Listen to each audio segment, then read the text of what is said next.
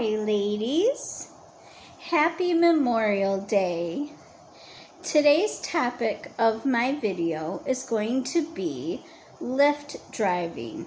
L-Y-F-T. Lyft. It's just like Uber. So if you don't know, that's what it's like. It's like Uber. So anyways, I've been a Lyft driver since December, so about 5 months. And when I first started Lyft driving, it was super easy. Everybody was nice, and for the most part, I did find people, like, when I went to the address, they were right there waiting for me outside or whatever. And then it started to get a little bit hard, like difficult, like stressful. So I just took like a little leave. For a couple months I didn't drive. And let me tell you about how it was stressful and everything. So I can rate my passengers, but then they can also rate me, R-A-T-E. And how I mean rate is I can say that they're nice, they're friendly, they're not nice, they're rude, they weren't out waiting for me, whatever. And then, like, if I only rate them 1 star, then I won't ever have to pick them up again. So, say that they are late getting outside to my car or whatever, and I feel like that's going to be something that is continued on, then, I'll just give them 1 star. So then my day is less stressful, whatever. And I don't have to ever worry about them again. But okay, let me backtrack. When I rate my passenger, I can't rate them on how they are, except for the stars. I can only do stars. I can't say they were clean or dirty or rude or anything. I'm sorry, I forgot. But the passenger can rate me on cleanliness, friendliness, fun conversation, I think is how they word it. Did you have a fun conversation with your Lyft driver? And they can say yes or no, whatever. Also, my passenger can rate me on being safe, a safe driver. Or they can say that my driving isn't good, which I feel like there should only be one thing about driving. There shouldn't be 2 things about driving, because there's 2 different things about driving. There's safety, and then there's just driving, which like I said, I don't understand.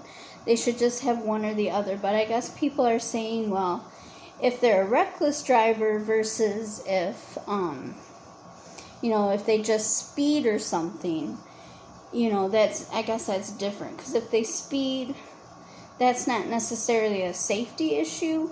But like if they're a reckless driver, then yeah, that's a safety issue, I guess.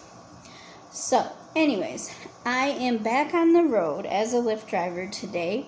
I got back on the road, and it went really good. It actually went really good. So hopefully, maybe I just had a string of bad luck or something. But like, my first passenger today, I picked them up at the hospital. Now, back in December, January, whatever, I would pick somebody up at the hospital, and they would be in a wheelchair. And my car is not fit for a wheelchair. Not fit for a wheelchair. So, and not only that, like, I picked up a guy at the hospital in a wheelchair, and I had to drive him 45 minutes to his house. From the hospital to his house was 45 minutes. Now, this is the other thing about Lyft driving. Until you hit pick up Mike, you don't know where Mike's going to go or need to go. And you can't say, or you can't click on pick up Mike until Mike is in your car. Because if Mike is still walking to your car and you click on pick up Mike, you're going to charge Mike for the time it takes him to walk to your car. And he's going to be upset and he's going to rate you bad. Like how that all flies together. Like, really, people? But so I learned that at the very beginning because I picked two people up at the mall and I seen them walking towards my car. So I just clicked on pick up so that right when they got in my car I could start driving off, you know. And it's less time consuming. They don't have to wait for me to click on pick up so-and-so and then start listening from my GPS to give directions to where they have to go. So, yeah, you can't click on pick up until they're actually in your car. And so then you're like, wow, I got to drive this person 45 minutes? That happened to me 2 or 3 times. I picked up a young college girl next to a train station. So, she was at McDonald's, actually, next to the train station, though. So I didn't realize, I didn't even think about how maybe she just got off the train and went to McDonald's for a pop before calling a Lyft or whatever. So I was like, oh, okay.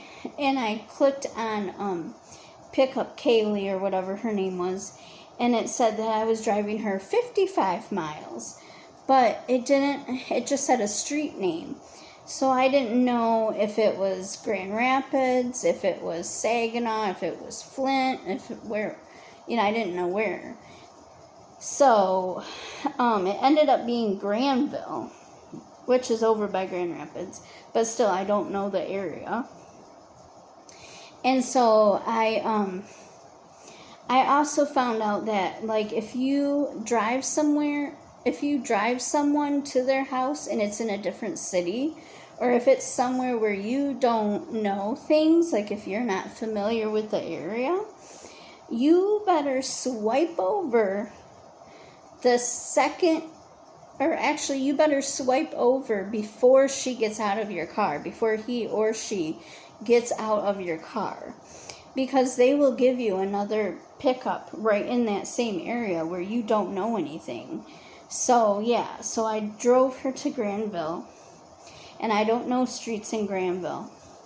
And I didn't click on to say that I was done driving for the day. So I'm trying to clarify that. So I didn't swipe over in time.